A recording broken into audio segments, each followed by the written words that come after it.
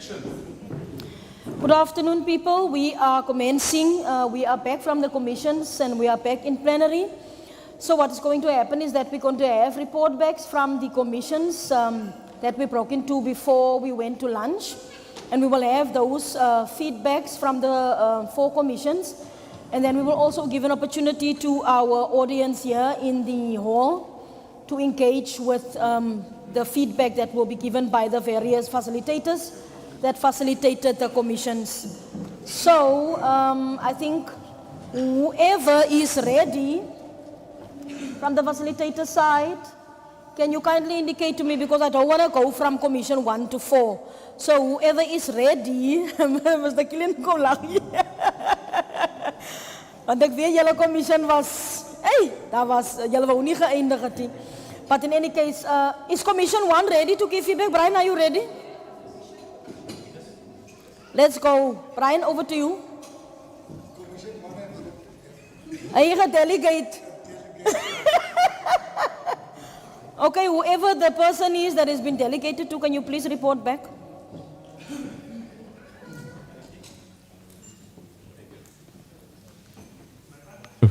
One, two. Thank you. I was hijacked to give a report. And I guess that is part of building trust amongst ourselves.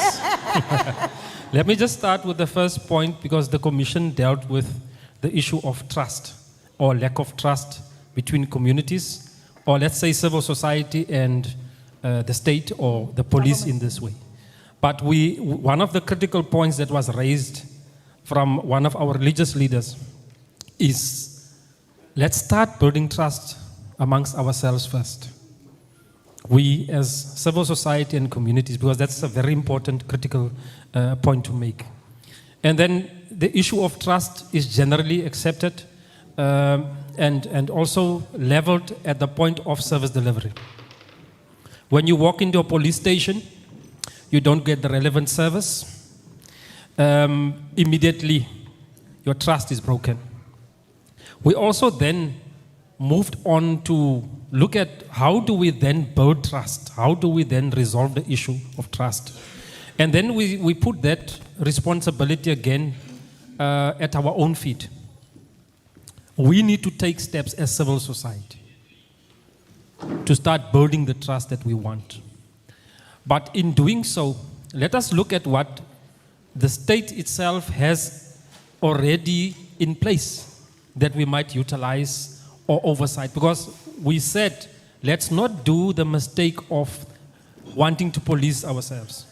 We made an assessment also about the CPF since its founding, as an organ of people's power, that since 1994, if you look at how the CPF has evolved, and some of you will agree and disagree with us, we must really come to a point or analysis that says, unfortunately, political infiltration within the CPF, challenges within the management and where it was placed in terms of the SAPS Act, and there are new developments now to take the CPF to the Civilian Secretariat for Police Services, which is a structure that resides within the directorate that Mr. Zekold and Mase is part of.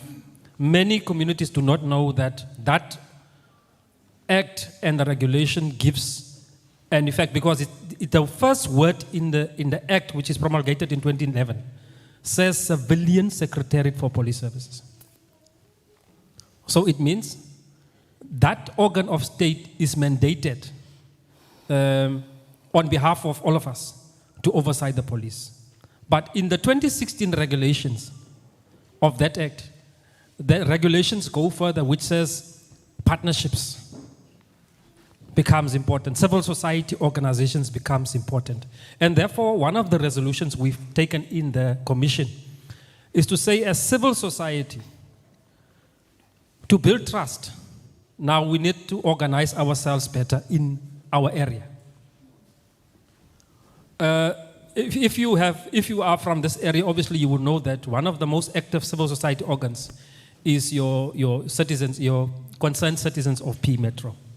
And they have explained in the commission how they are already conducting civil oversight over many other structures of the state.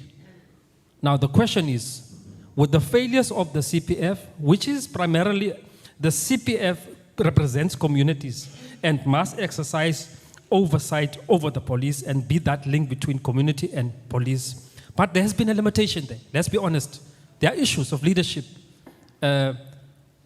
We are feeling strongly that to close the gap and to build trust, we must have a coordinating structure, a civil society in our area, which will then embark on an oversight over, not just policing. We will start with policing, but we will also look at other issues like development and economic, because one of the critical things that was mentioned as part of the anti-gang framework is that there is an economic cluster and Department of Economic Development that is forming part of this anti-gang task team. But it doesn't bring any tangible economic development to the northern areas. So immediately, this structure, if we agree to that, we'll start looking at some of those things. But we will also want to educate communities and civil society organs to understand this thing of civilian secretariat. What is a civilian secretariat? We talk about the police, we talk about IPID, but we don't talk about civilian secretariat or the Department of Community Safety in the context of monitoring and evaluation. So maybe we've said too much, but primarily we say trust deficit is always been there, it's not disputed, but let's look at ourselves, organize ourselves better, and in the end, you must be able to push yourself as civil society. You must mobilize communities. If you need to march, you need to march. If you need to petition, you need a petition. So that's the report. Thanks. Thank you so much, Group 1. Ja, helemaal.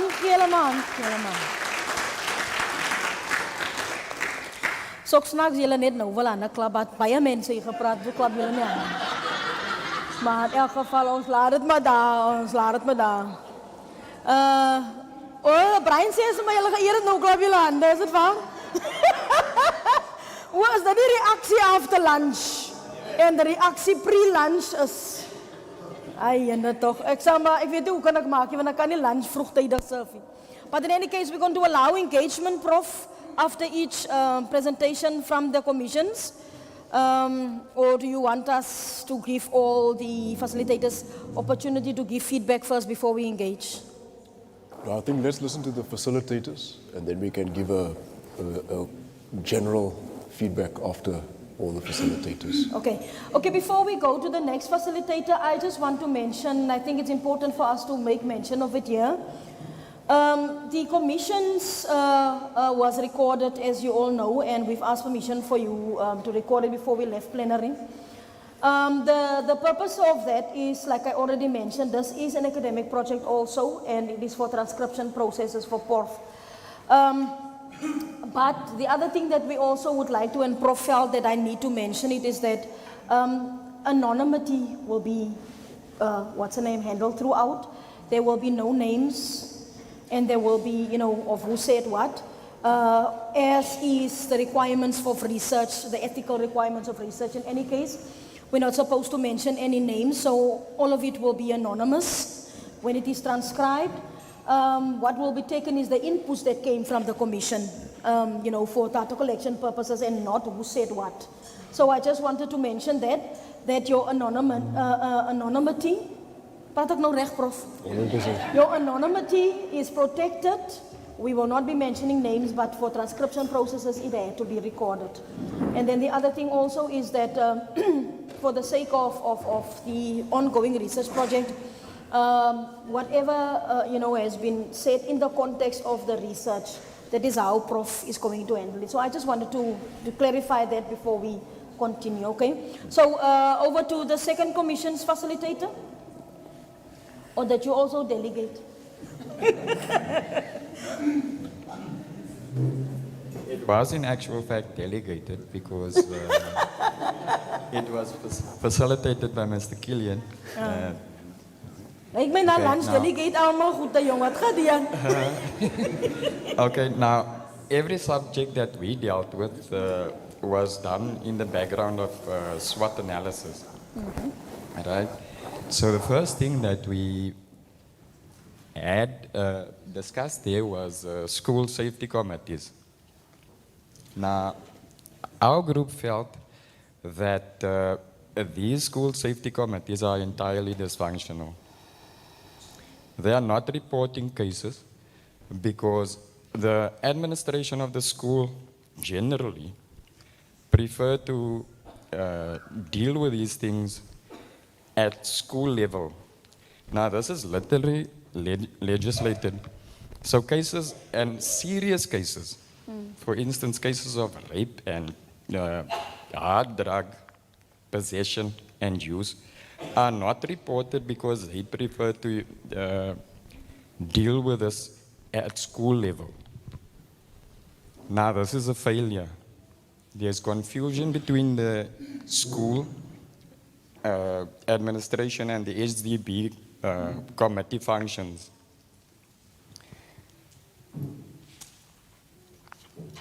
Okay. And then we had the walking bus program. It's generally agreed that this thing is a very, very good thing.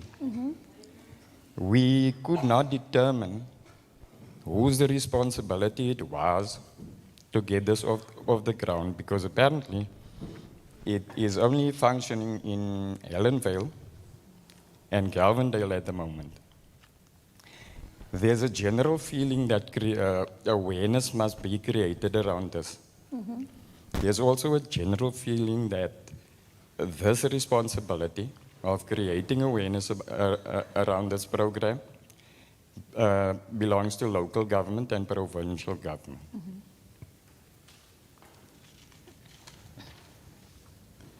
And then there's the social workers program.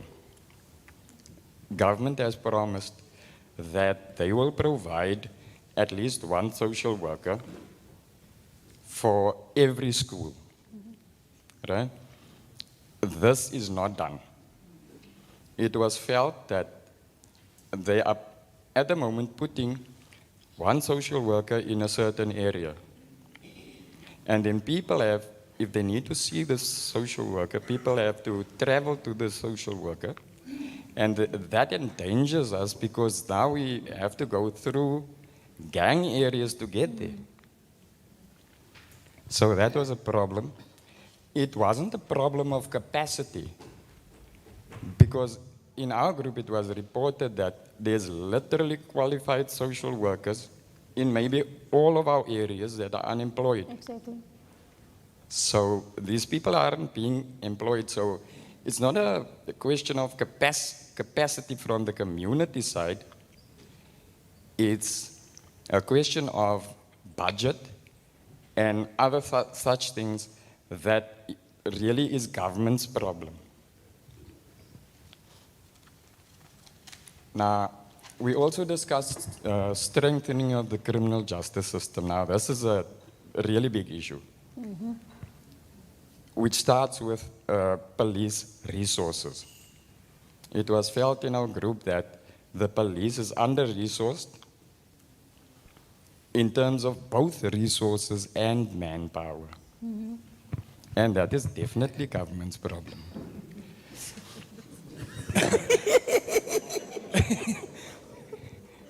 It is.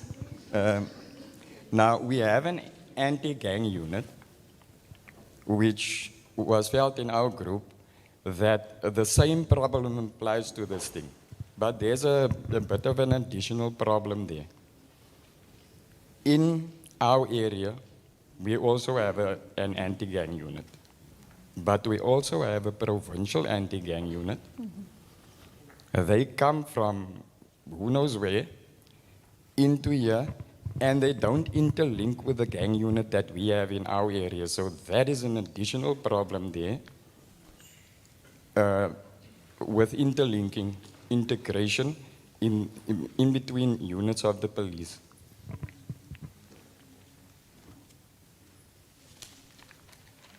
Now, we also discussed CPFs.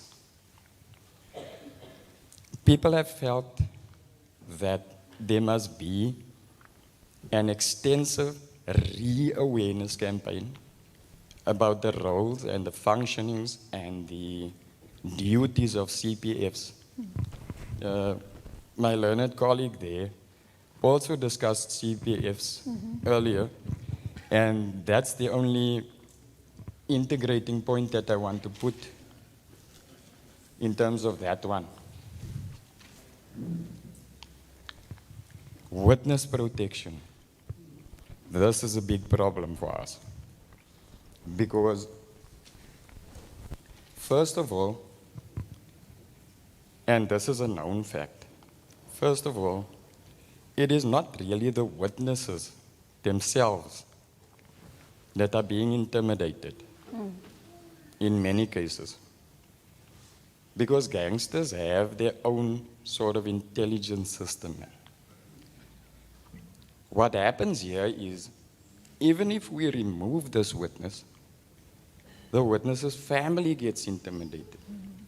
The family gets threatened.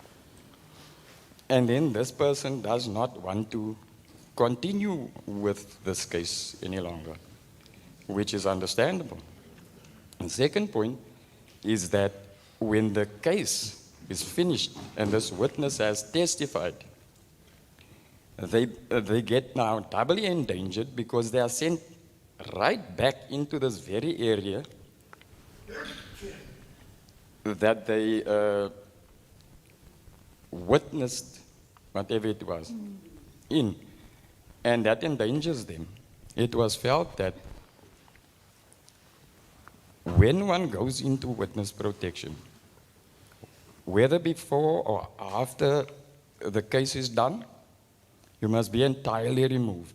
You don't go back there. There are two subjects that we didn't get time to preach.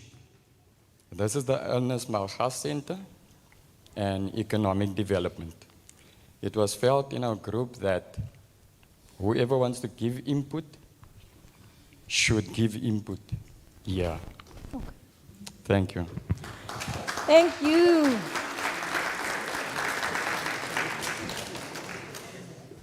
Kom as jy applause nou vir die groep nou nie so ernstig soos die eerste groep se nie. Mense, julle moet nie so baie wees nie. Hou die level of applause also, man. Moenie snaaks wees nie, asseblief. Okay, over to the next commission.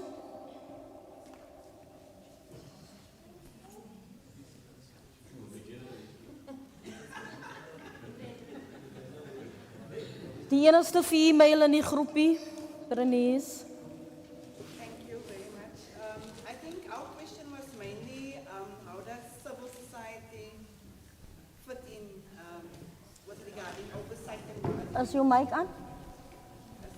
Okay. We had many discussions. There were many emotions that actually came out of the group, but I think I'm just going to report in the summary that we've all agreed to.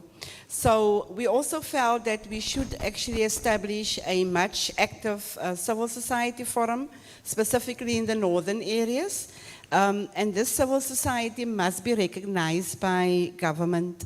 I think we felt that government often just listen when there's protests happening or tires is burned or there's some violence. So we felt that we should actually address pertinent issues surrounding things that are happening in our area. In the meantime, while we're waiting for government to legislate this civil society forum, we felt that it was important for us to address issues in our local areas. For example, we mentioned sometimes children are left behind at school when they're late. And we felt, for example, if we're from Hellenville, maybe the Hellenville Civil Society Forum can then address these issues. There were many other issues, GBV, rape, etc. We felt also important that many of the Civil Society Forum, there's no funding available, and often government has its own criteria set in terms of, for example, they would say preventative programs, but maybe there's some other programs we want to embark on, so we need to tweak this kind of programs. One of the concerns we had in the group was specifically around that. We all talk about gangsterism, but there's actually no program that addresses gangsterism in our area. And maybe that's one thing that government needs to empower civil society with. How do we actually embark on these programs in the community? There were many other issues, but I think that is what we said, and the others might not be too relevant for the question at hand. Thank you. Okay. Ja, Dali applaus alweer. Weet wat gaan die aan?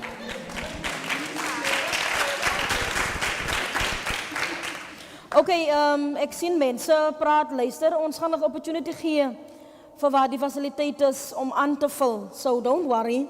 After the last facilitator has spoken, we are going to open the plenary for you guys to actually add or, you know, engage more and discuss more on what has been presented. So that is why I wanted to start earlier and not at 2 o'clock, you know, to give you an opportunity to add, engage, and discuss more. So let's give over to the last commission. Okay.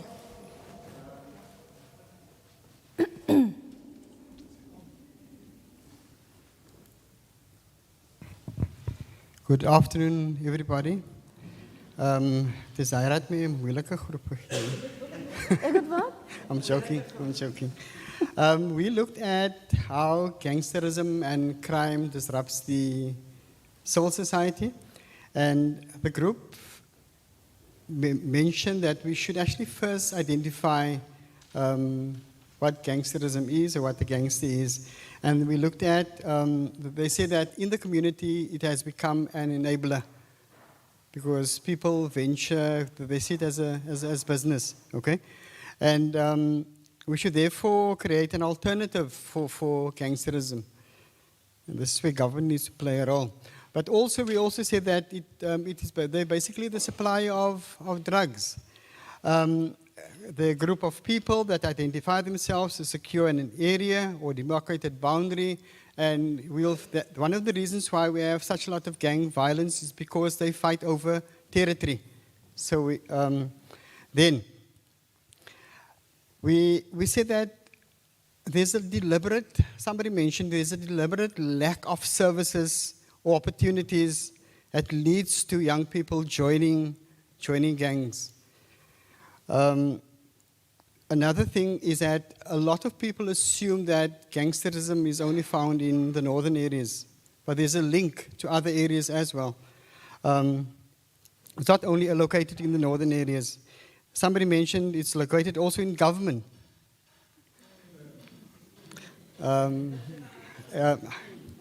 Government representatives, are you okay with that?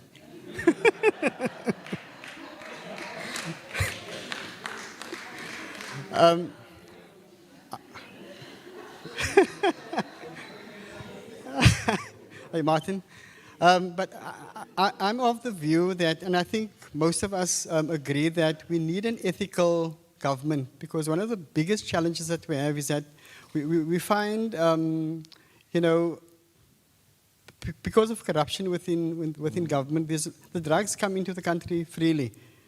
And we need to protect our borders, and we need to look at, you know, the Home Affairs Department, South African National Defence Force, and the police working together, or greater effort for them to or improve how they work together to ensure that we don't have a situation where people and the drugs come into the country freely, and we need to eradicate undocumented people coming into the country. I'm not going to use foreigners because people say that foreigners they are the reason for us having drugs in the country. Okay. We also looked at. We know that drugs, the gangsters are well organized, and they manage the business, the drug business, as it's well managed. We mentioned earlier in the group that youngsters venture into gangsterism because of peer pressure. They're looking for validation. And then that the fact that we have shootings in our area and gang violence results in youngsters not being able to cope at school. So children are battling to learn because of the fear of, when they're shooting. Sometimes you'll have family members that in class groups, they are seen as bullies because they are linked to a family where the brother or the sister or the father is a gangster. And then we will find that in the early childhood, it hampers the operation of the daycares, basically. And it was also mentioned that gangsterism becomes a hub for those who are not even gangsters because of stolen goods. People steal from you and they go to the gangsters or the drug lords and they sell the stolen goods to those drug lords. We also mentioned that gangsterism is not limited to the poor, and gangsters is a source of income for families. We know that. Everett mentioned that maybe I'm going to let Everett explain the fundraising events that you have. Yeah, this is to the point where how does gangsterism disrupt our operations. For example, in our football club, we cannot effectively do fundraising because of the territorial issue. And for example, we planned a balloon run in our community, but we also saw people does not want to participate because they are afraid to move into certain areas where we might run past, etc. So in that aspect, it affects us as well. And also in terms of the development of the sports in our communities, because like Ellenville itself, our football club, the field is there near to the heart. So we basically run our operations from there, but people are afraid to come down to that. So in essence, we cannot actually effectively develop football or any other sports in the upper areas as well. So that also impacts us in a massive way. Yeah. Somebody mentioned, they said that if you look at in terms of solutions, we need to have an intervention or audit where we actually look at what was mentioned before to see if we can't find solutions there. But one of the solutions was also, or proposed solutions was also, the emphasis should be on unity to find solutions to deal with the scourge of gangsterism. Then it was mentioned that we need advanced technology. And we're coming back to Department of Home Affairs again. There should be a multidisciplinary approach. And the example that was used was that the fingerprints that's conducted, or when the Home Affairs to do your fingerprints or they take your fingerprints, it should be, their system should be linked to SAP's system, the police's system. So the moment a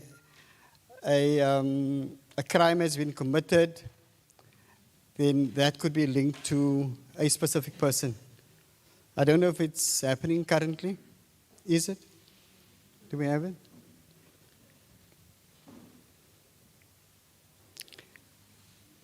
Then it was also mentioned that we need more police stations, more community service centers. And we said that sport should be used as a means to deal with gangsterism because sport is the positive thing. And there should be greater focus on sport development because sport teaches discipline and unite communities. And I know when I grew up, we had the ethos of discipline, dedication, and determination. And most of our youngsters turned out okay. I hope so. Then also we need to create opportunities for youth development, entrepreneurship, but also I know there's assistance in terms of the National Youth Development Agency, but should be more, I think it should be better marketed in our areas, because a lot of times nobody knows about NIDA, the National Youth Development Agency. And then there's a perception that it's only focused on a certain area in the metro, which is not the case. We should have better marketing when it comes to those opportunities for the youth.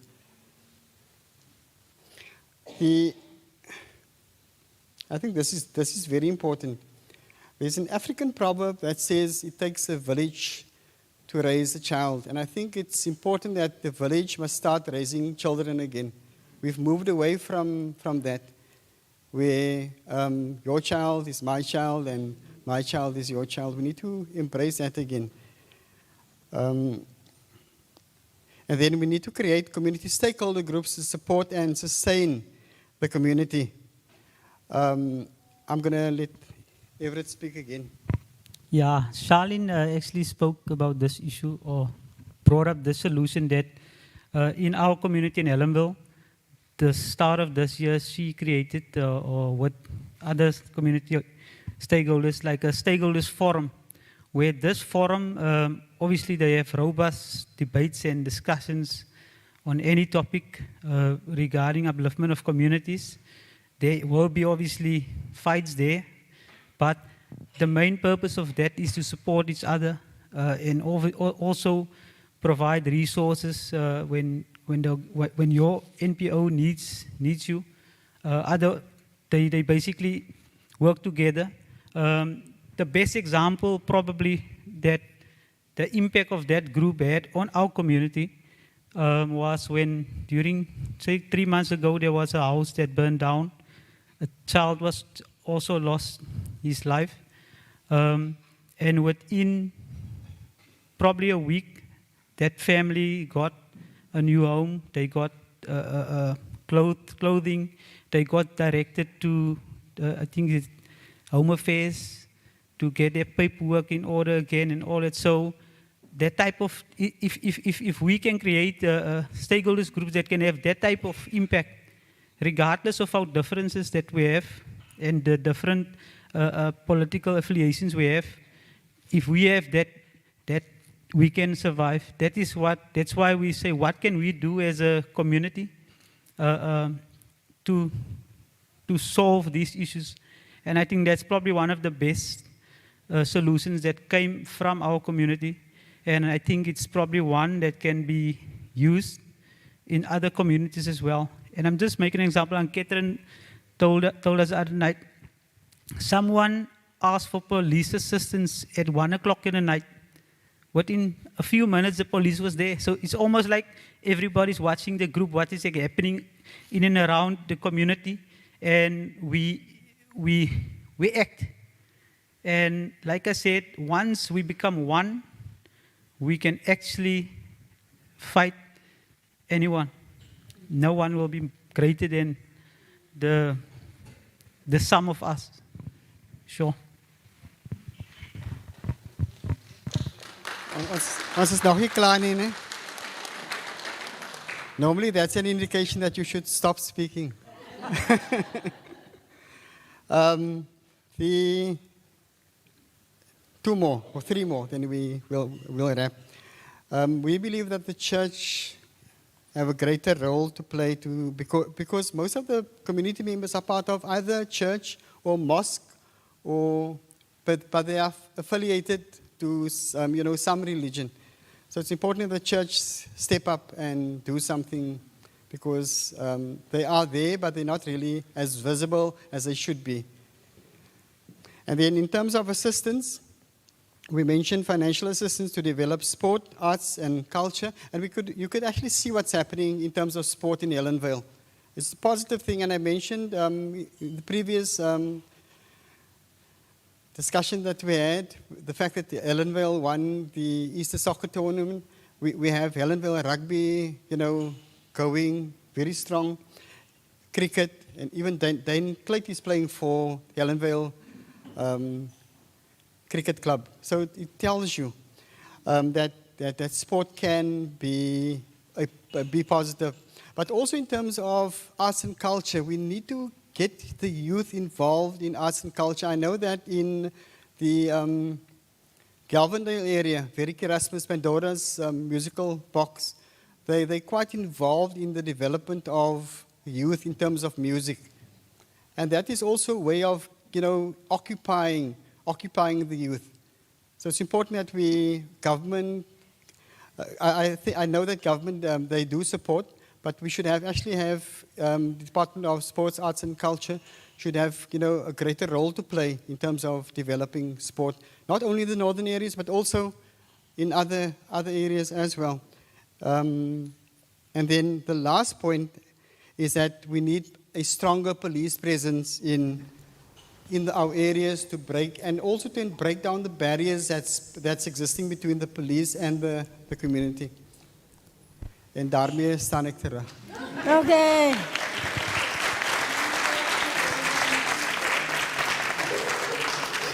Okay, so thank you so much to all the facilitators and the delegated facilitators who gave the feedback. So I'm going to open up plenary now, guys. If there's any additions that you would like to make from the commissions that you were in, julle voel die mense wat terugvoering gegee het, 'n bietjie hier en daar, ietsiekie gemis. Can I have hands, please? And we will have the mic come to you in that order. 1, 2, 3, 4, 5, 6, 7. Ons gaan nog 'n round hê, nie waar nie. Calm down, ons gaan nog 'n round hê. Je kan staan, maar wat je voor mij moet doen alsjeblieft, introduce yourself, tell us who you are and which organization do you come from. Good afternoon, everybody. My name is Arif Davids. I'm from Concerned Citizens of P Metro. I just want to add to our commissioner that spoke. I don't think everything was said. When we started, we said we have got useless councillors. Civil society is the oversight for the councillors at the moment, because we as concerned citizens, the people phone us for water leakage, ambulance, police, you name it, we are feeding the people. Before lockdown, in lockdown, until now, we have fed over 500,000 people. We said, if we got the victim support centers around Galvandale, Bethelsdorp, whatsoever, we need government to establish a proper victim support center at our areas. Why I'm saying so is because many of the people that are working at the victim support centers, they know who you are and what you're doing, and there's favoritism going on. They must have an electoral body and get CVs and do the proper interviewing so that we can have a neutral person to sit and listen to your problem, not to go and broadcast it outside. Because nowadays, when you go to the victim support centers, who you know, and you must give a certain fee before I can help you. That is bribery. We don't need that in our community. Civil society, as we all are sitting here, we are different NGOs from different soup kitchens. Did government help us when lockdown came? No, they weren't there, but they can help, a gift of the givers. They can fund them and give them millions of money. But we people on the ground here, our community is struggling out there. Where is the help coming from? We're worried about the police. The policeman is just a number. The CPF is a number. Look at Galvandale police station, no furniture whatsoever. But we must run to the police, we must go and ask for help. How can we do that? When you get 2 vans patrolling at night, that is very, very wrong. And the other thing is unemployment. The unemployment rate is so high. We must ask government to change the Basic Condition of Employment Act. They mentioned from 18 to 35. What is happening for the people from 35 and upwards? They got proper skills to work at. They cannot get work because they said it's 18 to 35. We need them to change that thing. Because our people outside need work. Unemployment officers are full and they say, I can't give you money, I'll go look for 350. What is a 350? 350 is not going to last for a week, it's only going to last for an hour. So people, this is a serious thing. People that are burning tires outside here for this and for that, don't burn tires here. Go and burn tires by the proper places where we need to go and burn tires. And the other thing we said, we need an NGO forum as we are sitting here today. We must get a person, a chairperson, vice chairperson, secretary, treasurer, and we take this, and any problem we get from the community, take that mandate, give it to them, and push it to the parliament. There's old people sitting in that parliament, they must go there, they are eating our money for nothing. But our people are suffering, they can't even give our old people more money. Our pensioners, we are struggling here. But they must suffer. Our old people must pay at the pension houses where we told them we are not going to allow them to pay anymore. So you expect our mothers and fathers to live like cats and dogs at the old age homes. This is all part and parcel of things that we are mentioning here. And like we mentioned, I don't know where his pastor now, he surely left. We talked about, we got this, we got this forum. Have we ever decided on a name for the gangster forum? We're speaking about the gangsters, we're speaking about the drug posts, we're speaking about this, but is there an awareness campaign where we can use the word drugs, so not drugs, gangsters, and we take it from there and we ask government to support us in this thing. We actually want government to support our NGOs, our soup kitchens, because without us, they are nothing. Our people are depending on us for food, clothing, you name it. What is government doing? Andias, Aiko Mali. But we are the people that are suffering down here. Thank you. Iso? Thank you so much for that. Thank you very much for opening up for all the members of the commission. I would have called you a fascist if you didn't do that. The first point I want to make is basically an emphasis on what our very capable presenter did for Group 1. And that is leadership vacuum. That cuts across all sectors. Perhaps in terms of, I'm Kipido Baron, sorry, I'm a civil servant, but I'm raising my views in my private capacity. That leadership vacuum is problematic because you get operational idiocracy, stupid things happen in operations because you don't have people that are capable in positions. A point was raised about language. If you go to a police station and people are deployed from areas who can't speak your language, who don't know the area, it's a simple thing. Good communication builds trust. And if you can speak with people in your own language, it's a simple thing.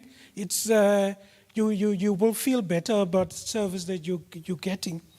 The second point that people touched on quite a lot was access to information from all sectors of government, whether it's the CPF, whether it's the police, whether it is the municipality.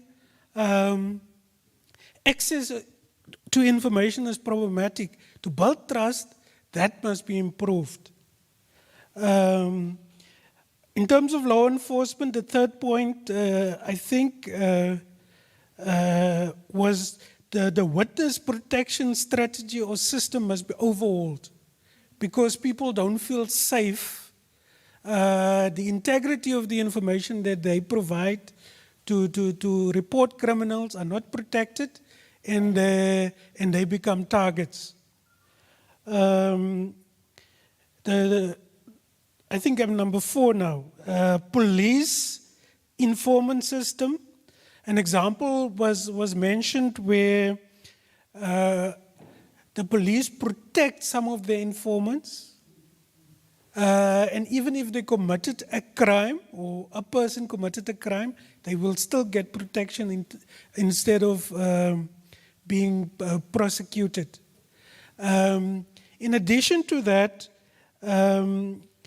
the informants and the selection process of the informants seems suspect because people are allowed an opportunity to make a monthly living, but the information that they provide is sometimes not necessarily considered factual and true. The last point is the fair implementation of legislation and the equitable distribution of resources. It's in In terms of legislation, we have a good legislation framework in South Africa, but the laws are not applied equally. We have the employment equity issue in Nelson Mandela Bay, where the law says there must be fair discrimination, but what we see is unfair discrimination because there's a level of discrimination allowed.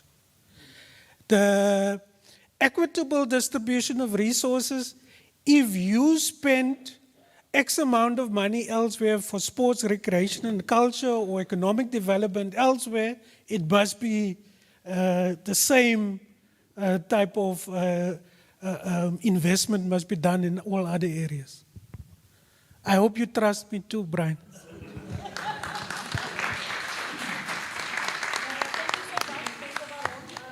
Am I off now, Bruce? What's going on? Okay, over to the next speaker at the back. Afternoon.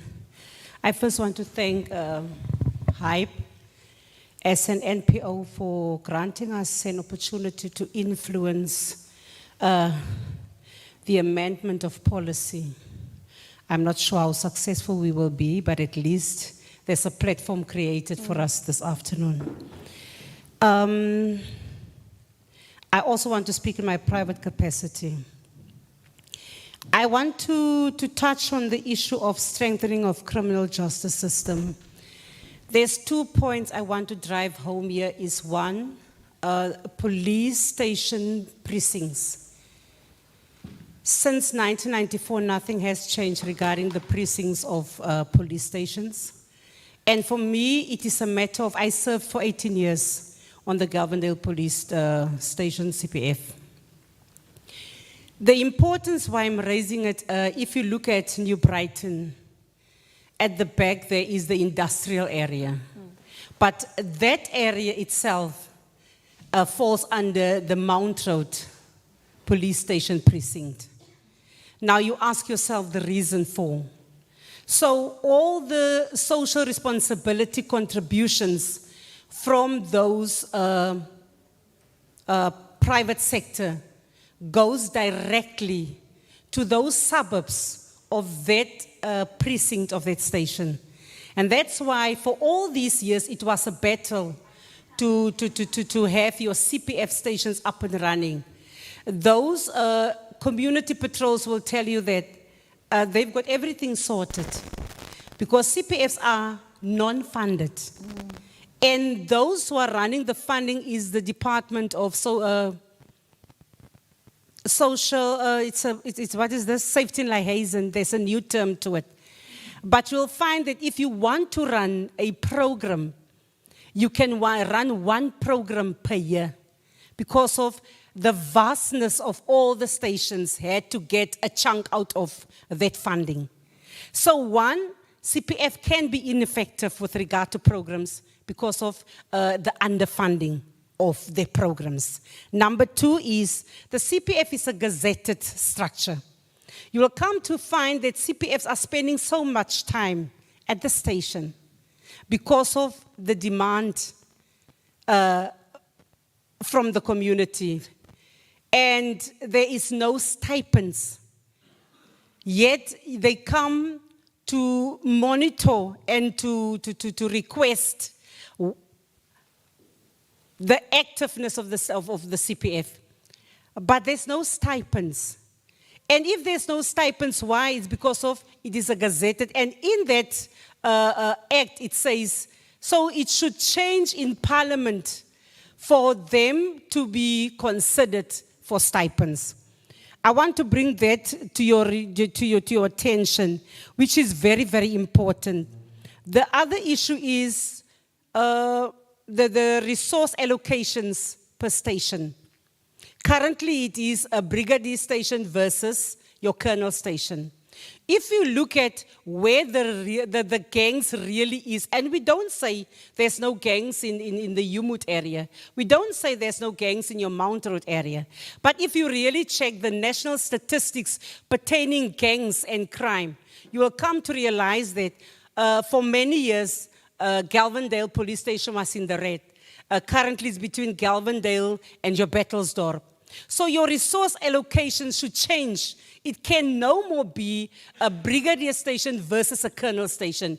Because when there is no vehicles at Galvandale or Bettelsdorp, where do they borrow from? They borrow from Umud, they borrow from Mount Road. So it tells you that most resources should come, rather with regard to which areas are more gang infested or criminal, where the activities take place, and then brigadier versus colonel stations. With regard to taverns, there is a board, a liquor board, and stations has no input. We went to go and speak against. We supplied them with information as to why we object for taverns to be licensed or to be considered for license. And they will tell you about economy and incomes and stuff like that. I think us as the communities, we should rather organize and mobilize ourselves and take a stand against the liquor board to say, because in Helenvale, at some stage of reason, 2-3 years ago, 2017, the National Subs Commissioner was there, and we brought to his attention that in Helenvale, more taverns, licensed taverns was there than the amount of streets. Now, how do you really consider more taverns?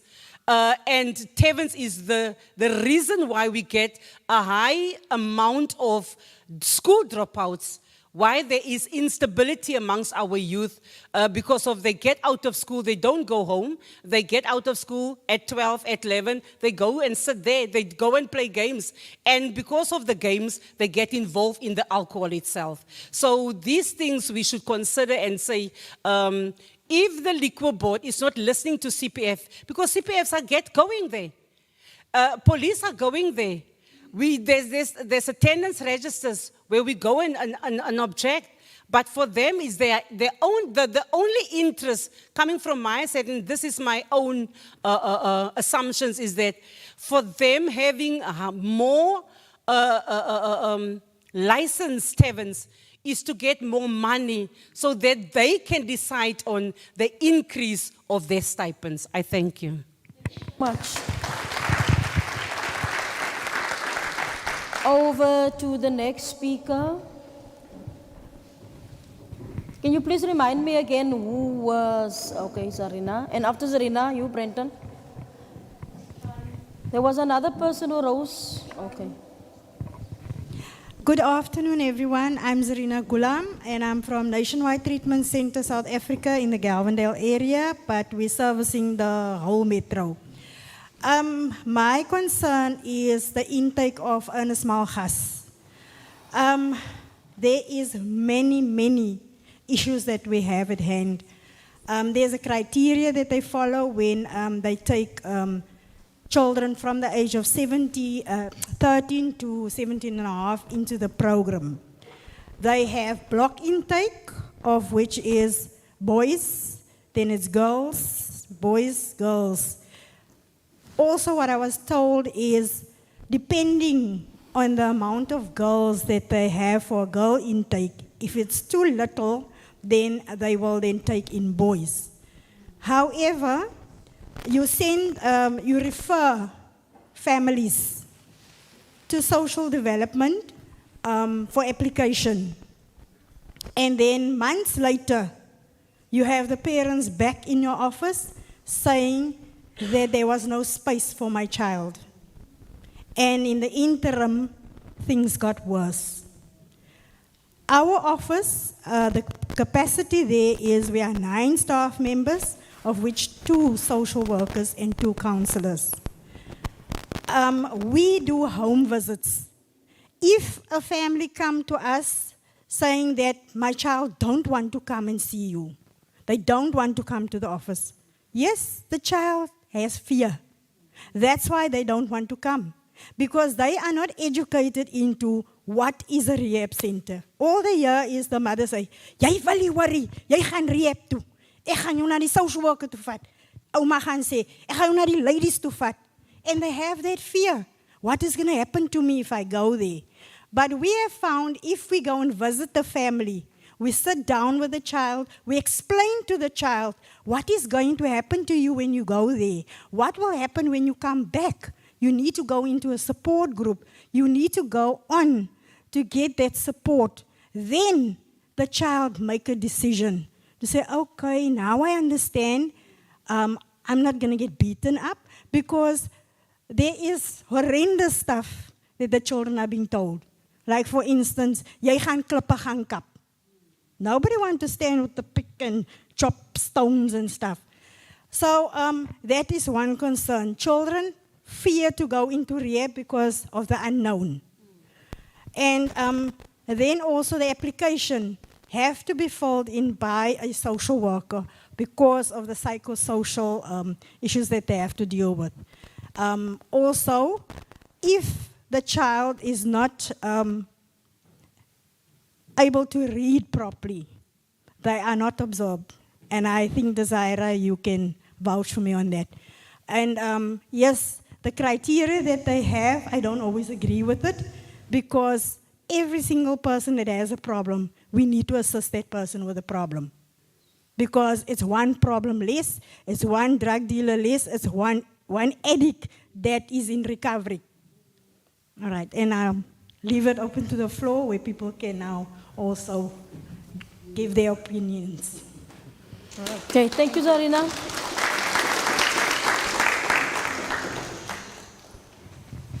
Okay, Charlene. Can Charlene speak before you, Brendan? Is that fine? Good afternoon, everyone. My name is Charlene Steerman. I'm here today representing Helenville Sports and Recreation Hub, and I'm also a field worker for the Helenville Wider Center of Hope. There's a few things that I want to cover here this afternoon. We spoke in our commission that churches plays a pivotal role in society. But where I'm coming from is that there are certain churches that excludes them from society. You know, we have this notion van die evangelie kerke wat raas op die straat, ne? Soms open airs and whatsoever. But you will find that it's those churches that are in the streets praying for our people. We find ourselves that it's those churches that are out there fighting the social ills of our society, where, I don't want to mention names, where certain churches don't want to participate or partake in any community organization or any work that has been done within the community because they feel that if they are part of this thing, that they will be taken off their deaconship or their priestship or whatsoever. So I want to make a plea to the churches that are here today. If your church are not involved in the community, please speak to your elders, speak to your priests and your pastors that they come involved in the community. The other thing that I also want to raise here this afternoon is Serena touched on it, and I want to speak on where I'm from, Helenville Wider Center of Hope. We refer clients or recipients to social development, all right? And they get there and they get a social worker. But then you find yourself in a space where the auntie do not know who's her social worker. Then you find out in a later stage that there's another social worker assigned to that case. And now the case get lost. Maharis actually saw where a 2-year-old child died last week when one of my clients that I referred to social development went to the social worker and the problem wasn't solved, just to find that the mother has beaten the child because the social worker hasn't done anything. The mother hasn't been reprimanded or whatsoever. So these are the things that we find ourselves facing as those that's working within the schools and working in communities, that we feel it seems now that we are incompetent in doing our work, but we are not incompetent. We are doing the right thing. They say we must follow procedure. We do that. They say that we must do referrals. We do that, and when we refer, nothing happens. So victim support centers and wider centers, it needs to be looked at. When Zorina speaks about Ernest Malgas, me personally, I don't send any clients or refer any clients to Ernest Malgas. I refer my clients to Nationwide Drug Treatment Center for the specific reason is that they work in the schools. Ernest do not come out and work within the schools. They do not build a relationship. You cannot send a child to a rehab center and there is no follow-up program. Hence, I am sending my clients to Zirin because we work hand in hand in the community and in the schools. So when my clients go there, they are taken through their treatment and there's a follow-up, and we come back and we work with the parents and the schools to make sure that these children are looked after and tend to, and that these problems doesn't rise again. One more thing is that the police, I am now a community worker activist for almost plus 15 years, and I've been working with the police, and these 10-111 numbers, they don't work. They don't work. They give us numbers, brigadiers' numbers, they don't answer. They are just there, you know. This week I got a call where somebody gave me a tip off of something happening in one of the communities. I phoned CSC. Now, we are almost anonymous now because we cannot say your name and so on. And this actually forces me to give my name. And I told him, look, but I cannot give you my name. I'm here as an anonymous person giving you a tip off. And he just shrugged it off. Shooting took place. Somebody was killed. So these are the type of things that we find ourselves in, that the police are not coming to the party. They are actually make the police as if it's just a circus. They ask us to work with the police. They ask us to work with the TRT, and they ask us to work with the drug unit and the gangster unit, and we do that. But we find ourselves in a space where we as community workers, as community activists, we are now in trouble with society because we are now being threatened. Our names are on lists to be killed. Our names are on lists. Our kids get threatened wherever they go because we are speaking out. How do the police even protect us as community organizations, as community activists? The thing of the liquor board that Pastor Florence touched on when we had the meeting, and this is going to be my last thing that I'm going to say, when we had a meeting in 2017 with the liquor board, we basically stopped new taverns from opening up within the Helenville community. The one thing that I've learned now recently is that there is another way of you to obtain a liquor license. You don't have to now open up a liquor license and people come and sit in your place. You just open it up as a koop en loop. What does that mean? That they are still promoting, there is still councillors that signs, because when we as the SGB says no, when we as the churches say no, it is the councillor that signs the petition to say that they must get a liquor license. It is those people that are in government, that sits in parliament, in council, that signs these things for these people to get permits to sell liquor. So where does it leave us as a society? You know, we need to, when Desiree said we need to be brutally honest, yes, some of us are afraid to speak out because I might just be there tomorrow morning in the street where I stay because of what we are speaking here today. But it is time that we actually raise our voices and say, this is enough, man. We cannot go on, and we have talk shows like this, and I appreciate this, but we cannot continue to have this and it falls on deaf ears. Where is all our voices going to? All the things that we speak, where is it going to? Is somebody actually listening to what we are saying? So I want to plead with whomever is listening on the airways, on YouTube and on Facebook, of the councillors and people in parliament. You guys need to listen to us when we are struggling in our society. I just spoke in my commission earlier that myself as a person having to go to work in the morning, I work in 2 schools. I must calculate how I am going to work. I must calculate what must I dress today. I must calculate to whom must I speak, because wherever I go, your life is at risk. If I go to Pinar Street, there's gangs. If I go to Cobus Road, there's gangs. So I must, where I live, I must go to Hillcrest Primary. There's about 6 or 8 gangs that I have to go past. You know, I always make a joke when people say that if somebody was supposed to grab my bag, I never have my phone in my bag or a laptop or whatever. It's just books. It's my intakes and it's my stats for the week. I must tell the boy, look here, please, don't wait before you take my bag. Just give my books. You know, I make a joke of it, but it's our reality that we face within our communities, that we can get robbed every given time. These boys don't have respect for us. You know, so we need to really look at a sustainable solution of what we can do within society to protect us as civil organizations, because we are trying. I've heard what Arve said. Why give money to other organizations when we are right there within the community doing the work? We are there. But nobody gives. Budget has been cut. Sport and recreation, art and culture, the budgets have been cut. So where do we get the money from? But they expect from us to do the work. They expect from us to change the lives of our children, to change the lives of the community. But budget has been cut all over the show. I thank you.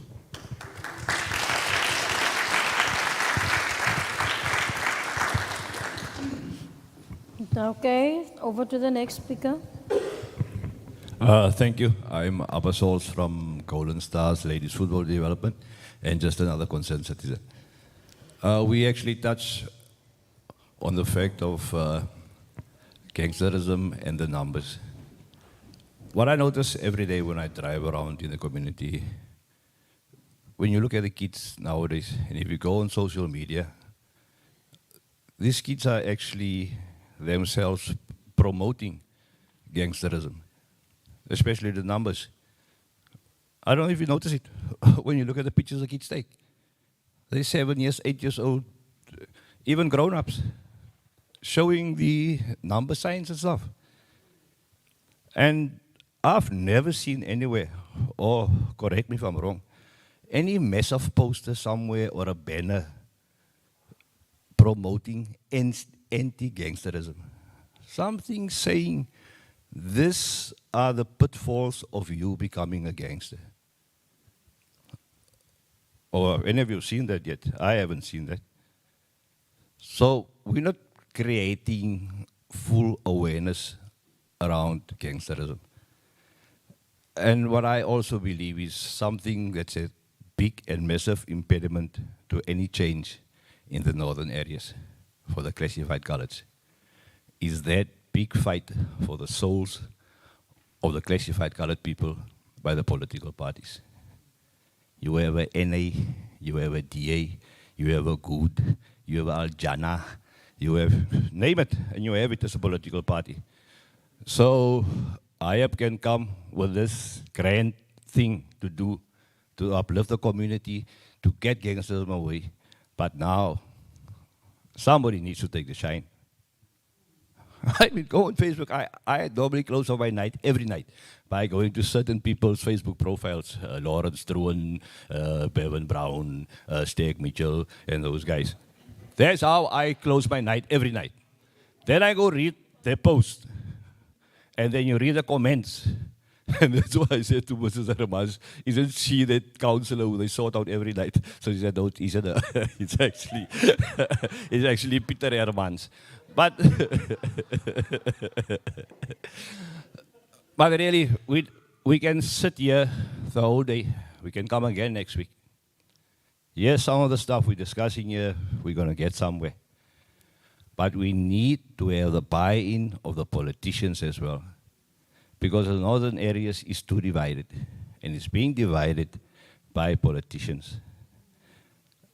Because they only want, like the president, my president said earlier, on the 26th or whatever date, they just want to go to the ATM.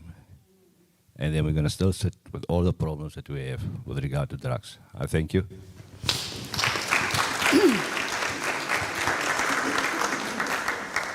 Finally, Brenton. Thank you. I think I traveled all the way from King Williamstown to be here. Being out of work is not easy, and I thought that this session is important. As an activist, it's not easy to be a transformation agent in government. You know, when people make apologies, when you are in government, you can't speak freely. So I make no apology for what I say. I'm a child of this area, and I will speak my mind. I've deliberately started to be quiet on many issues on Facebook, noting the comments about activists and political organizations that are dividing us and taking us nowhere. So it's very important that we also draw on experienced people amongst ourselves to give leadership on the questions that we are facing. So I want to also make my contribution. Having worked as a policy, in the policy space for the MEC for safety and security. And I want to bring that experience back to the community so that we are able to understand how do we move within the policy space to make impact. And one of the issues is that if you continue to work as we have worked since 1994, as individual civil society organizations, you are going nowhere. You know, the issues that you are raising, other organizations are also facing those issues every day. But we never come together in one platform where we can share and empower ourselves. So I think we are on the right step. But in terms of policy formulation is where civil society must become organized, must sit and have a program for the year.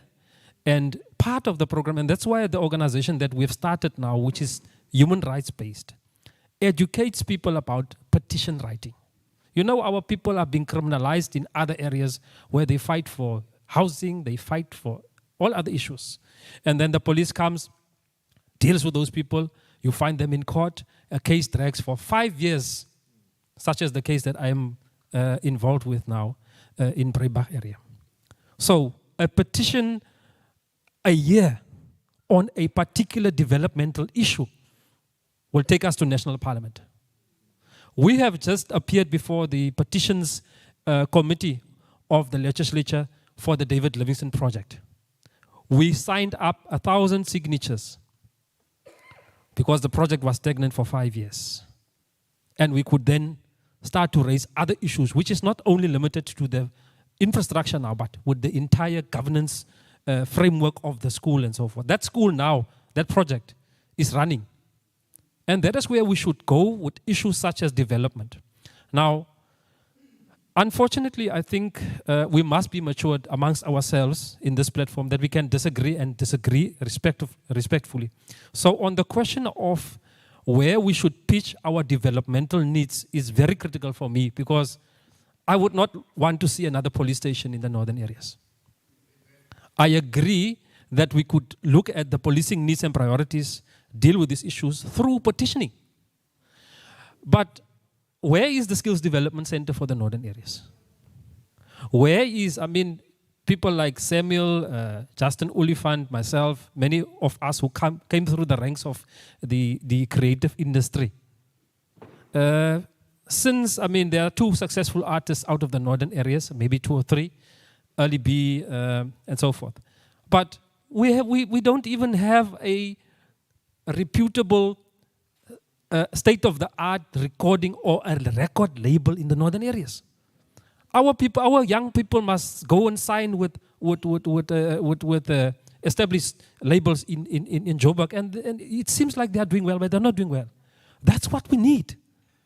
What we need is also the issue of, and I will make this the last point so that I don't speak too much, but on the question of these special needs schools, your David Livingstone is going to be one of them. You've got Northern Lights, you've got Galvin High, and you've got Boysons Park. But none of those schools which has been identified as special needs schools are on the level of Westview. They are teaching our kids to bake bread in our special needs schools. It's a good skill, but it's not going to give that child a very good opportunity to make money and sustain himself throughout life.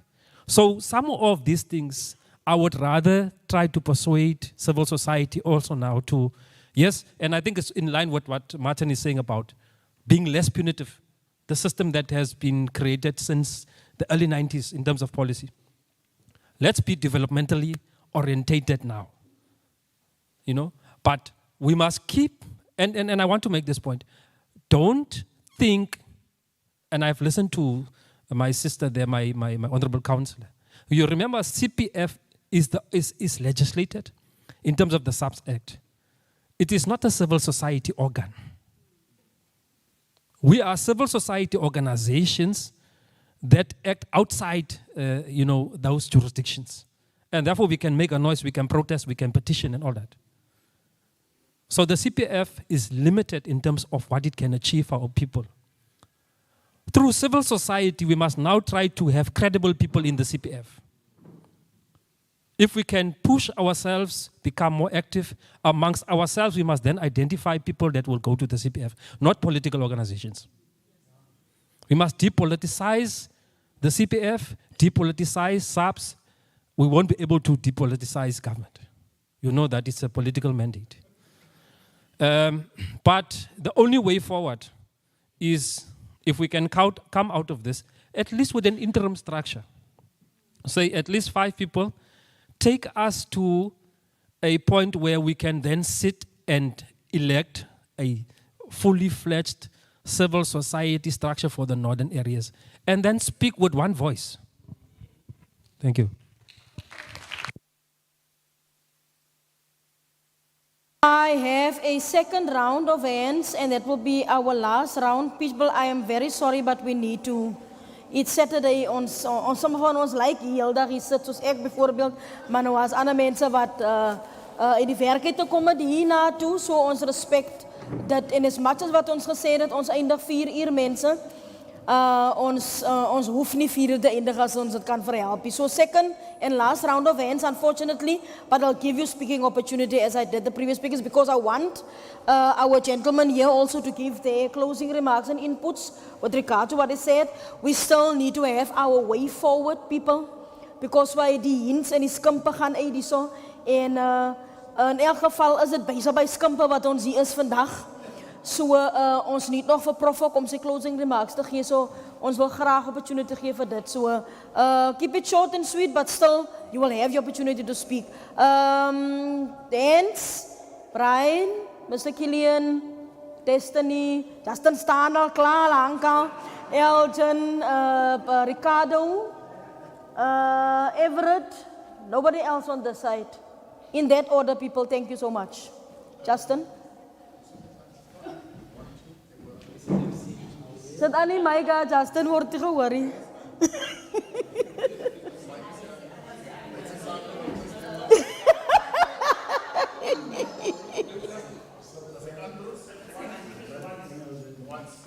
Press it once. I pushed it once. Okay, thank you. At the risk of sounding like a pain in the ass, sorry for saying pain.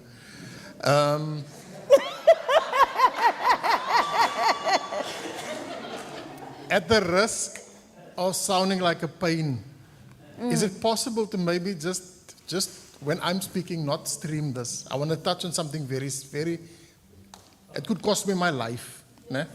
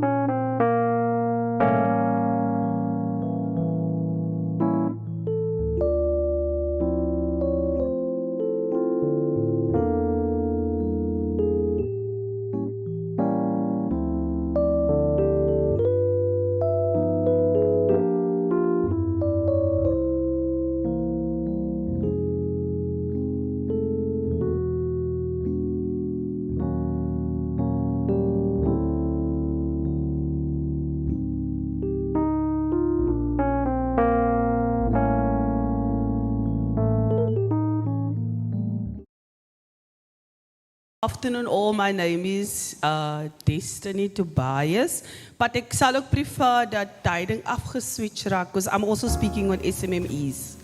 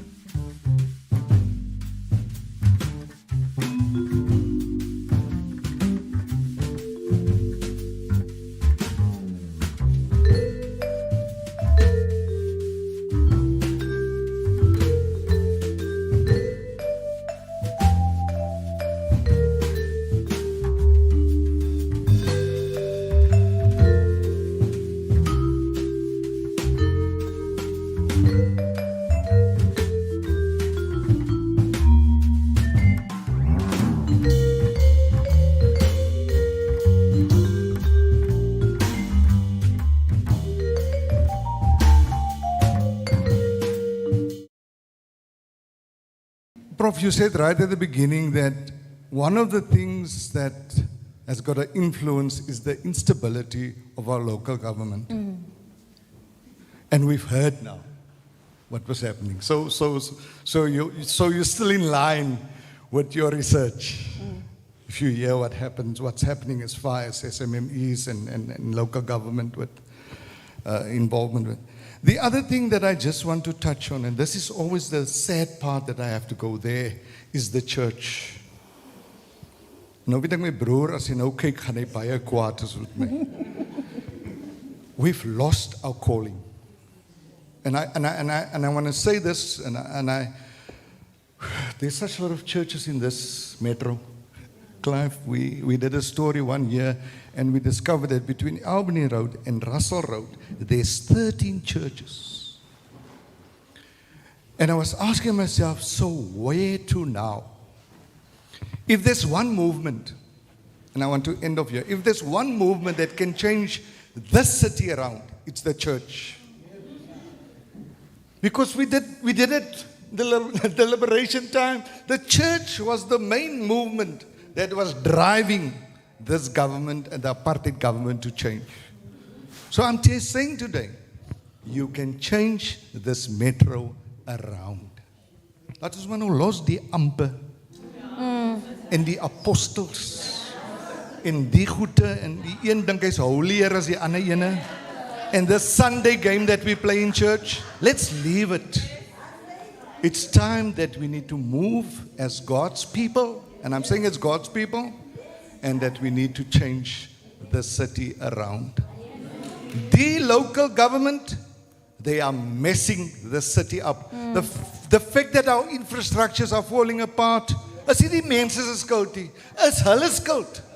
Because they're supposed to protect it. I was working there for 13 years, and all these municipal fields, offices, swimming pools were protected and nothing happened. So you cannot now say, and every time on Facebook say, yeah, the community and the community and community is destroying.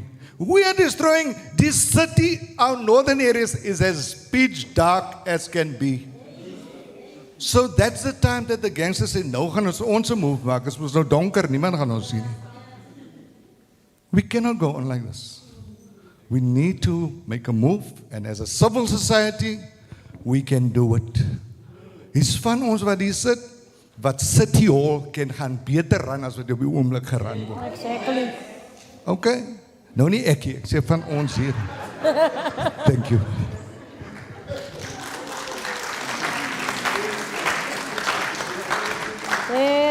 As eerste Kado en dan Boeta. Kado, can Boeta speak before you? Okay, Everett, over to you.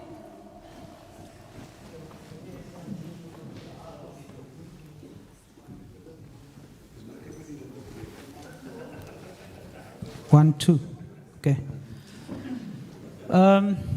Ek wil net touch op, dink is wat Mr. Brian gesê het, is eintlik my punt wat ek nou net wil gemaak het. Firstly, ek is proud op die stadium wat gebou is hier in Hellenville. And excited. I was excited, the reason being, I had this vision that that facility we can use for economic development within our communities. And I was just picturing or imagining or visioning this, that our football or sports, we play, people pay a fee, we get the local business people selling stuff, tendering there. That money goes into the club for development. During halftime or during the games, we have the arts and culture people doing, performing, dancing, singing. That creates opportunities. It creates a platform for, and I can just imagine now, it's our home game this weekend. So now we have this dance group coming to dance this week. Next weekend, it's a different dance group or different singers. So you have this kind of, we create this excitement in our communities.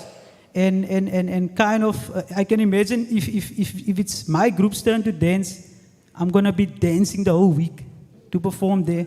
So I don't have a chance, Prof, to actually put my mind on gangsterism. Apart from that, we need, for this system to work, we need facilities. If you look throughout the northern areas, our facilities is in dire straits. Mr. Killian, you know that NAFA is doing an excellent job in developing football, but I believe we can do more if we have the right facilities. I also want to touch on the support from the businesses. For example, Clary Park Shopping Center, the ShopRites, the Pick and Pays, they don't give anything back to our local communities. And I can just imagine NAFA is one of our biggest contributors to development. Why can't Clary Park Shopping Center sponsor them 500,000 a year to develop football?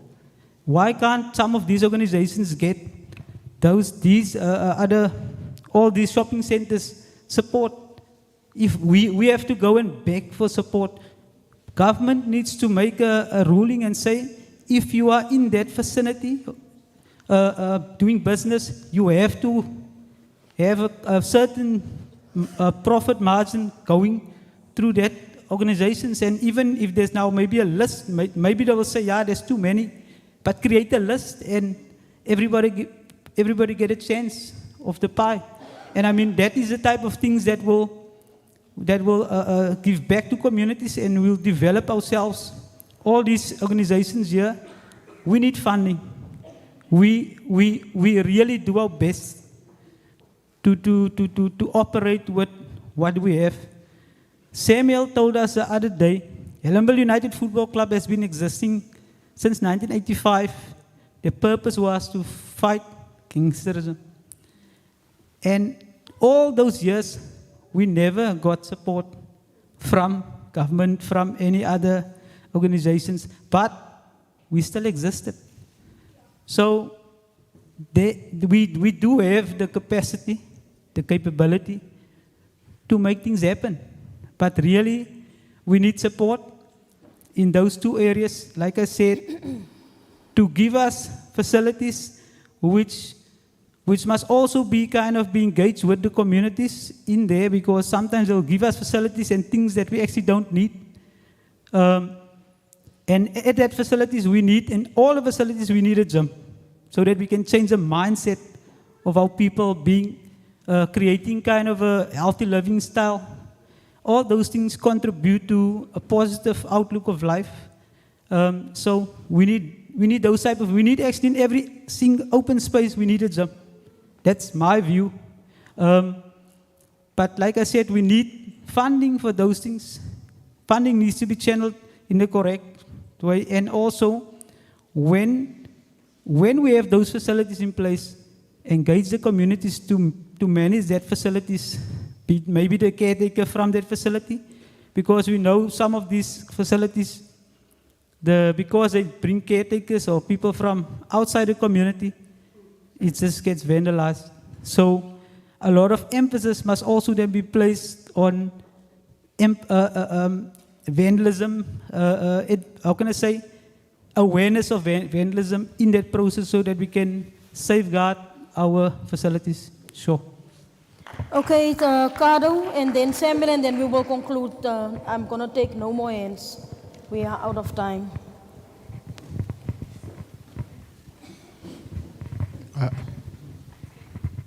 Good afternoon. My name is Ricardo Swanepoel.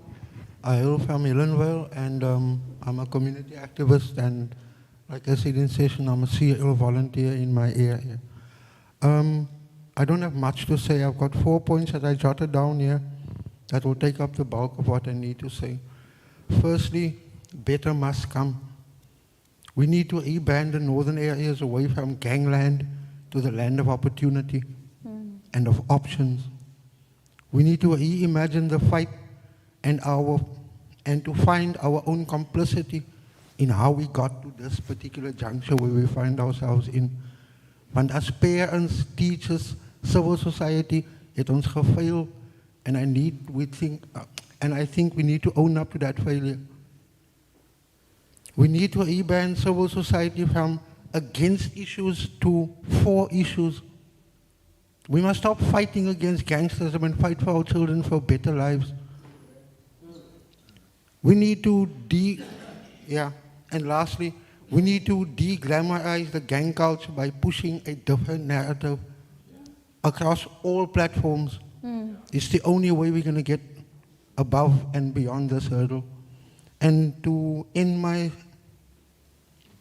little contribution, I have got a short poem that I need to and want to read to the audience. It's called Who Am I to You, Mr. Department? Because whenever we address matters and whenever we have problems, we are referred to department.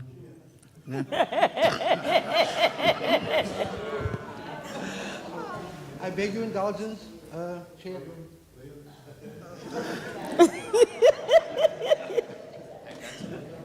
It doesn't matter what it is, you have to go to a department. Yeah. Okay. So the poem basically goes something like this. Who am I to you, Mr. Department? I'm a product of a broken home. I am not proud to say this, but I know I'm not alone. I'm the effect of the lack of education because my parents were part of the apartheid situation. I'm a statistic you need to report. I was nearly the child you wanted to abort. I'm the perpetrator, the assailant, the perp. I'm always the problem you try to avert.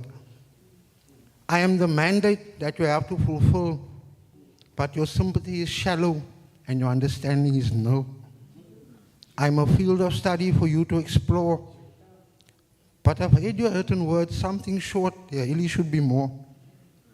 I was born as a gift, as a servant, as a tool, but to you, I'm a cautionary tale to teach your child in school. I have a name, I am human, I know I'm God's creation, not just a number on a page, not just one element of your uncomfortable situation. Better must come. I thank you. Thank you. Thank you. Thank you so much, Caro. I must get that poem, please. It's beautiful. Thank you very much, Samuel Davids. I'm going to be very short. In fact, I want to add a little bit to what Caro raised. He talked about the department. But one thing, when you go to the department, there's one thing that organizations and structures always had to deal with, is the fact that they tell you but the policy says. And that's why Yaso and Martin, that's why you are so important to be in the session. I need to also say, Prof, I think your approach in terms of doing research and then also being an active research where you get involved in terms of coming up with answers and trying to resolve some of the issues and the anger that is there. And I hope, Mr. Yaso, that how people get upset or emotional does not set you off, but rather inspire you to make work of what you have heard, basically to direct this strategy to be in line with the ideas. These are the South Africans' patriots. These are the real patriots. No political party. It's people that are running for hundreds, or some of them are 30 years. It's the soccer clubs. And they had no support. The punitive approach that you are depending on in terms of police that have been raised in this session, it's not really assisting us. Although it's needed, it does not assist us. Remember, the life of a gangster is very short, because now after 18 years, they pass away because they've been shot or something happened, but their lifespan is very short. Then this organization, I think in the research of Brenton also, where he talks about the importance of civil organizations. Then these faithful people that are here, that are not funded, but are wholeheartedly want to change their society. These people are always going to be there, fighting, and they will scream like they're screaming here now, and you might just ignore them, but you can listen to them and realize that this policy review needs to change 90% to address the challenges that organizations and structures like this have. If you want a friend and if you want a person, people that are standing behind you as a government, this is the civil organizations. These are the people that you need that will help you your 2030. I believe in it. I believe in it. But these are the people that will work and not even get paid. They will do this thing because they are focused, but then the state, who have all the resources, needs to come closer to this organization. And I think, Prof, by doing what you are doing here for the from December last year, having this discussion, we will always have to just talk, but we also have to have actions. And I believe that bringing Martin, I think Martin was not, and Yaso was not in the first discussion, but having you here are telling us that we are moving forward. You are dealing with policy. and then you have to fight. Nobody can in province or your political leadership can tell you, hey, you are pushing your own thing. These things are recorded. So you can tell them, listen, this is the people that said this. This is the information from the ground, and we are standing on it. And if you stand on making sure that policies that bring resources to these organizations, I'm telling you, you're going to see this 2030 agenda being reached before 2030. Because these, you see, it's cold today. They are here. They are here because they care about their society. But they need a state who cares. And your presence here is to take that message and says, we are not moving, fire us, but we are not moving. We need 90% of that budget dealing with soup kitchens. We want those soup kitchens to have food so they can make sure those kids are not joining gangsters. We need those crashes to serve social development. You have to deal with it, with crashes. The creative industry that many of us in terms of filming and television, imagine this is a TV station or we have filming that is happening here. How can we bring young people, give them a skill, and as Justin have said, that the skills that our kids can have, they can dream again, they can hope again. But this thing of policy, the policy doesn't speak to us. You can make it possible by lobbying. We're giving you power here.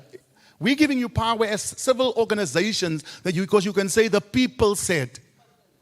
So I would like to ask you to make work of this. And again, Prof, continue what you're going to do in terms of your research. And let us move forward and grow together. Let us grow together and capacitate each other in terms of information and growth as organizations. Thank you very much. Okay, thank you so much for all the inputs we got from the floor. And now I'm going to give an opportunity to Mr. Yaso and Mr. I'm not going to say that surname, to Martin. And then Prof for closing remarks. And before I conclude, I see many people has left already, and it's really a shame because there's an announcement I would like to make. As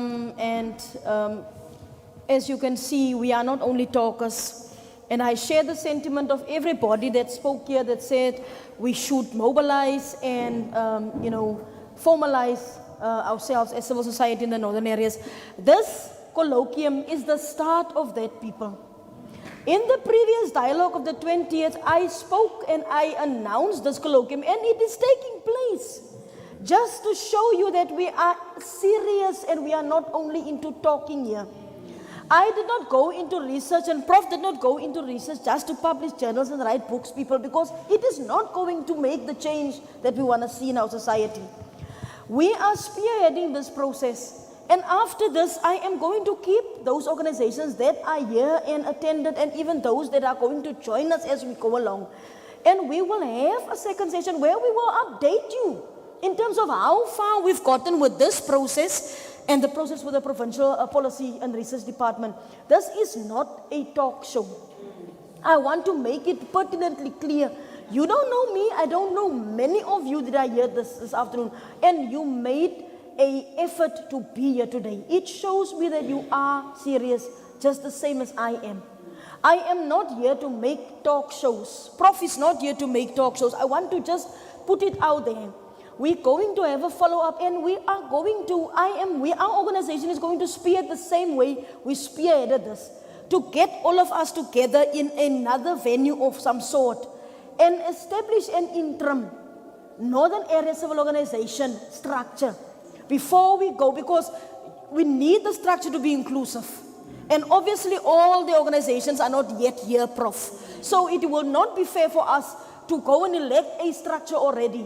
But we will facilitate, as we facilitated this, an opportunity for us to come together again as the civil organizations in the northern areas and at least establish an interim that will also be that structure to keep these people accountable, to say, you have made promises in that colloquium. Where are we with regards to that promises? That is the one thing and a commitment we want to make here. And because we mean business, I just want to mention before some more people leave and they say, hy vrou praat net baie, en ek het niks meer lus gehad vir Colloquium nie. It is not about talking.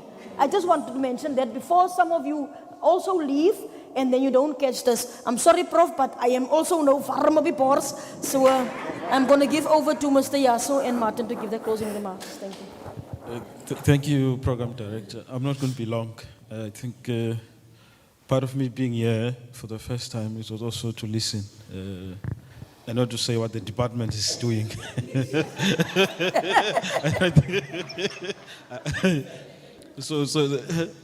I think what I'm listening now, I think there's a lot of resource which is available here. I think for me, I think there's a lot of imagination which I think it's going to keep us going. So, but I think what we also need to do as far as the other stakeholders are concerned, particularly these departments that are not here today, maybe when we go forward in terms of these engagements, we need them to be part of the process so that we can also hold them accountable. But on my side, as a policy review person, obviously this is a platform that we will use in terms of, today was just for me to listen. I was not presenting any review. It was just to listen, what are the inputs. And obviously when we do that draft, we'll have to bring it here so that we can have a proper session to look at the policy.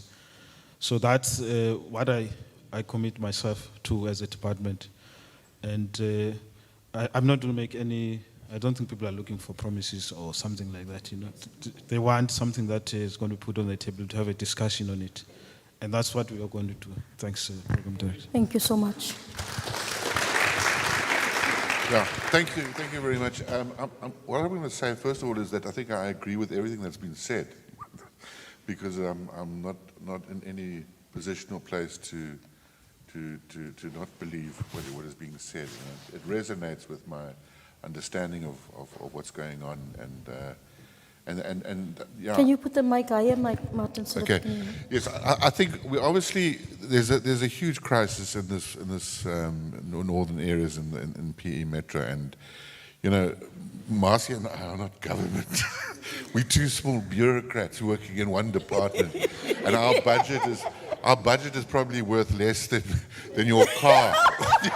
I don't have a car. So it's not like we've got this trailer of dollars, you know, that we carry around with us to kind of open soup kitchens and that, because we can't do that. We don't have the money to do that.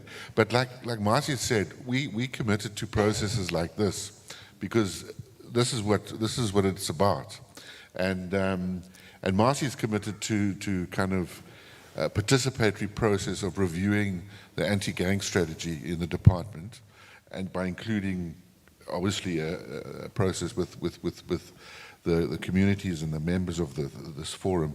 And I'm going to recommit to what I committed to in the very first session, which was that we will assist in a process of enabling youth to get involved in knowledge management, basically, by giving them the skills, training them to do their own safety audit, so that they generate their own information, their own knowledge, their own understanding about their own areas, and explore them from different points of view, and that they can use that then to express themselves in more, well, policy-oriented ways, I suppose, to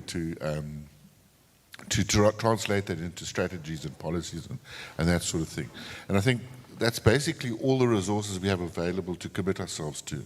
It's a policy review, it's doing a safety audit, and then a safety strategy.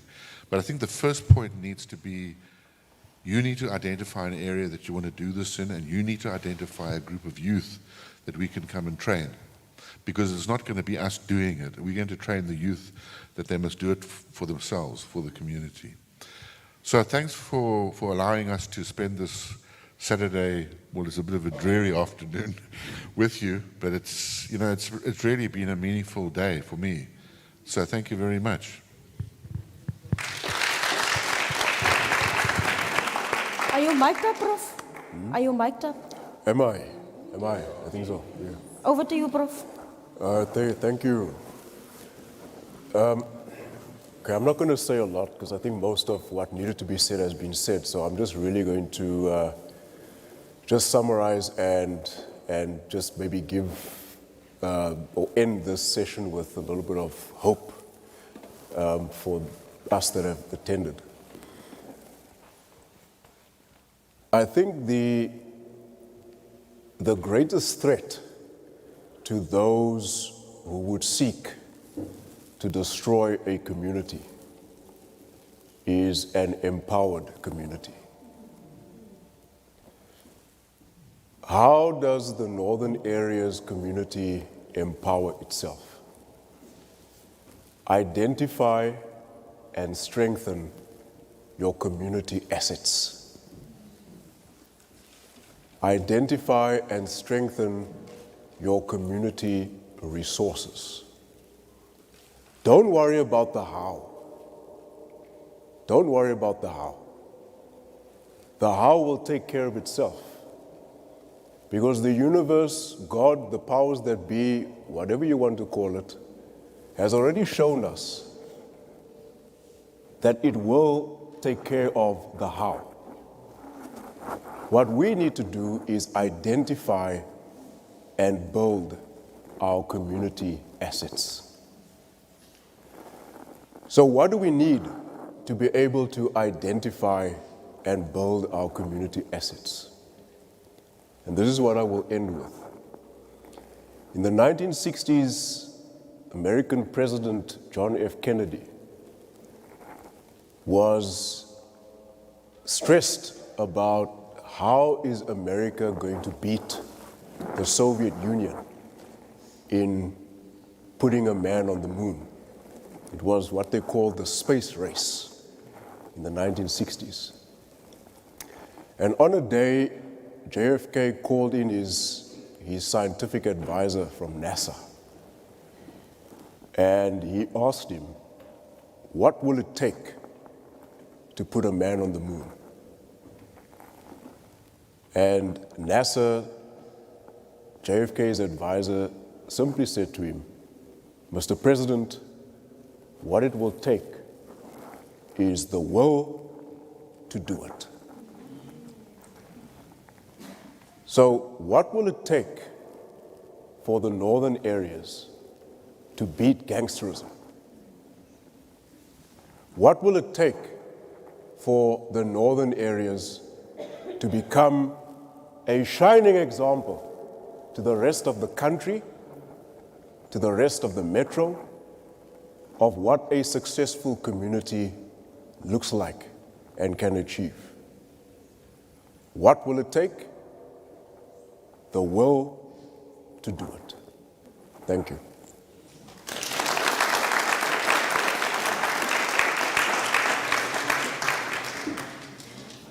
Thank you so much, Prof, for those powerful closing remarks. And with that, I would again like to thank all of you who made an effort to come out and participate in this colloquium. And again, I want to rubber stamp the commitment that we are making as an organization again with Prof. And obviously, I will be in contact with Martin and Mr. Yaso from the Provincial Policy and Research Department and Community Relations, respectively. And like I said, I'm hoping that all of you have your details down on the attendance register so that I can keep you abreast and send you information as we get updates as to how far we are, and also to get the ball rolling with regards to what Martin was talking about, the safety audit and things like that. So I need your contact information to be able to constantly tell you where we're at, and also to arrange the session where we must. And again, I will make my due diligence to go to the ward councillors' offices again and get, the list of some of other organizations in the northern areas that are not part of the session today. And I don't know, maybe I must get, miskien moet ek 'n ander hondjie ook kry met uitwisseling vir my, ek weet hoe gaan ek maak nie. But I am going to do my utmost best so that the whole exercise will be an inclusive exercise. Because ons wil nie môre hê, mense moet sê, is net vir sekere mense, en kyk by die geseg, jy weet mos hoe klink ons mense. Ek wil nou nie weer môre gesê ek kyk by die geseg nie. So I will do that, and that is my commitment that I'm making. And the other thing is, before we leave, I would love, if you have programs to contact me so that we can collaborate. If there's a sporting program happening in Bloemendal, please contact me so that all the organizations can come and support that program.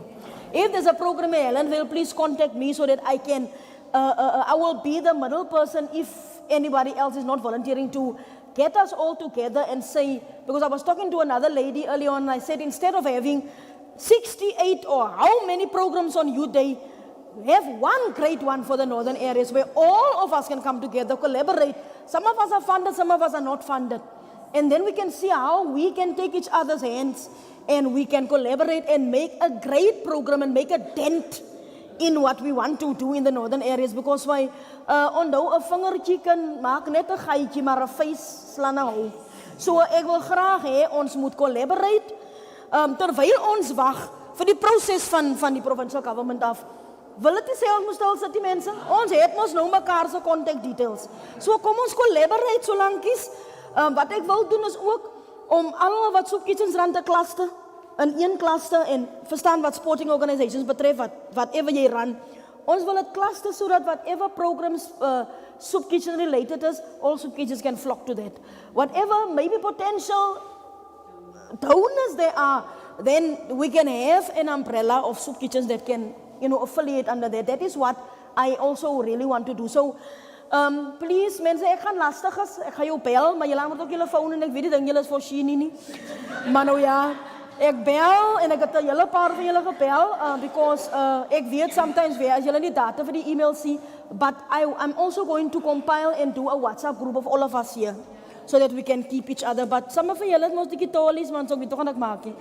But if you have a WhatsApp number, you are welcome to inbox me your WhatsApp number so that we can have a group and collaborate. Mense, dis nie die laaste malie.